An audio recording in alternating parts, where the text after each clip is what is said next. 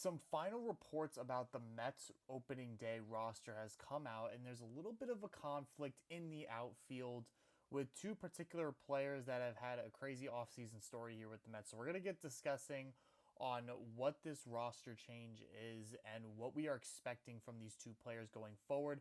Plus, we have just received an update on Ronny Mauricio. You guys already know I have super high expectations for him. So we're going to break down what is going on with him as well. What is going on, everybody? Welcome on into this new edition of Mets Digest with your host, Michael DeAngelo. As you see on the screen, before I get started, I got to ask that you guys please hit that subscribe button down below. As soon as we hit 4,000 subscribers, I'm going to be doing my next big giveaway on Twitter for you guys. I'll drop my Twitter as soon as we hit 4K subscribers and announce it right here on whenever that video that is, so that I can give away some cool Mets items for you guys. So yeah, please hit that subscribe button. This is your one-stop shop for everything Mets baseball, anything roster news, trade updates, trade rumors, free agency rumors, injuries, all of that right here. So you don't have to go through scrolling through Twitter, Instagram, TikTok, all that all day long looking for Mets news. We put it right here in one spot for you. So let's get started. Now, the big question that has come about now with the Mets, with the final couple days before rosters need to be announced, is that outfielder Alexander Canario, who was traded from the Chicago Cubs to the New York Mets for cash, former top prospect, has pretty much exploded here in spring. Definitely putting up numbers like over 1,000 OPS. He's had a few home runs, a ton of RBIs. He's playing great in the outfield. And now the question arises of previous reports stating that the Mets were looking for another right-handed bat. Well, why do they need to look anywhere for a right-handed bat if we have Alexander Canario already? Well, the plan right now is that Starling Marte will be the final roster spot on the Mets major league team, mainly because he has already proven, he's a proven major league bat who can thrive in the DH role at this point in time in his career, and we know that he's a very well experienced outfielder. And if Alexander Canario were to actually make the Mets roster, that would mean the Mets would have 7 outfielders on the team right now. You got to think Juan Soto, Brandon Nimmo, Tyrone Taylor, Jose Siri, Jesse Winker, Starling Marte. We are good on the outfielders. Plus, Luisangel Acuna, we know, has experience in center field as well. So, there's just way too many outfielders here on this team. So, a spot for Canario makes no sense right now as long as no one is hurt. So, that is basically the situation we are facing now, that Alexander Canario will probably start the league in AAA. And, if anyone were to get hurt, which, knock on wood, but we all know how Mets baseball operates here. So I'm not going to say anything further. But it seems like I feel like Alexander Canario will have a role on this team sooner or later.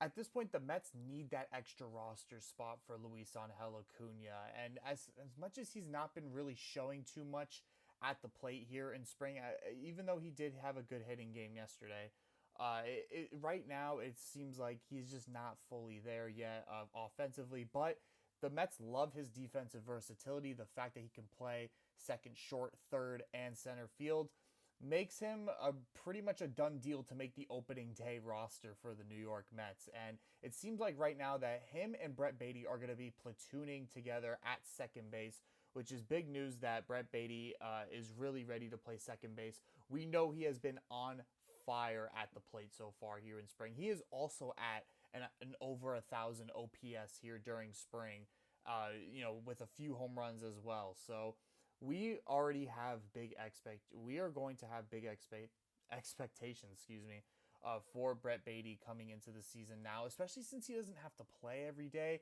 But it seems most likely that anytime a right-handed pitcher is on the mound, that Brett Baty will be starting at second base or third, wherever. They are going to find time for him at the moment with Jeff McNeil still being hurt. And that is the next question that arises, is that when Jeff McNeil comes back, who is the one to get sent down? Is it Acuna? Is it Baty? Do we take one less pitcher on the roster? Do we take one less outfielder? How would we even, who would we even send down in the outfield? You can't really send down Tyrone Taylor. And obviously, any of the other guys you obviously cannot send down whatsoever. So that's when it becomes kind of a sticky situation. Someone that deserves to be up in the major leagues is going to ultimately end up getting sent down or cut, waived, whatever you want to call it, from this team. And that's really going to be tough to see because we have a lot of talent on this team. It's loaded with depth, and someone that some fans are going to have a really high upside on or some really high expectations for is going to end up not even playing for this team in the first place. So it is inevitable, and I would start mentally preparing for someone that we all love or have high expectations for to get cut from this roster. Someone that is also going to be competing and hoping someone else gets sent down for him is infielder Ronny Mauricio. Now, you guys know that I think Ronny Mauricio is a generational talent. In my opinion, I think he should take over the DH role at some point in this season. If Starling Marte were to get traded, cut, or injured, whatnot, I think Starling Marte, Ronny Mauricio should take over that DH spot. Depending on obviously what Jesse Winker is doing at the plate as well. This man is, with the short sample size that we have gotten so far from Ronny in the major league level, has been nothing from great. I mean, he has hit some of the hardest balls as a rookie in Statcast era, and he showed terrific power at the plate, and I cannot wait to see him coming back sooner or later, which is going to happen because we got a report from Anthony DiComo about Ronny Mauricio and where he is at currently with his health. And he said that Mauricio is healthy for right now, and the Mets are simply taking him along slowly in his first spring back from multiple knee surgeries. The plan is for Mauricio to begin appearing in backfield games in 2 weeks and start playing for Single A St. Lucie by mid-April. By the end of next month, Mauricio should be ready to move to the upper minor league. So they're going to basically put him on a, pretty regular, steady rehab assignment, so to say, and, kind of just give him that, extended spring training that he needs to get back to 100%. Now, again, this comes along with troubles with the major league roster. Who do you send down? Who do you cut? Is Marte going to be, showing signs of wear and tear and ultimately, just at, nothing in the tank by the end of April? I mean, that's something that we have to wait and see on. And I mean, look, I'm not rooting for anyone to play bad, but I need to see what this kid can do up in the majors once again, specifically with the New York Mets.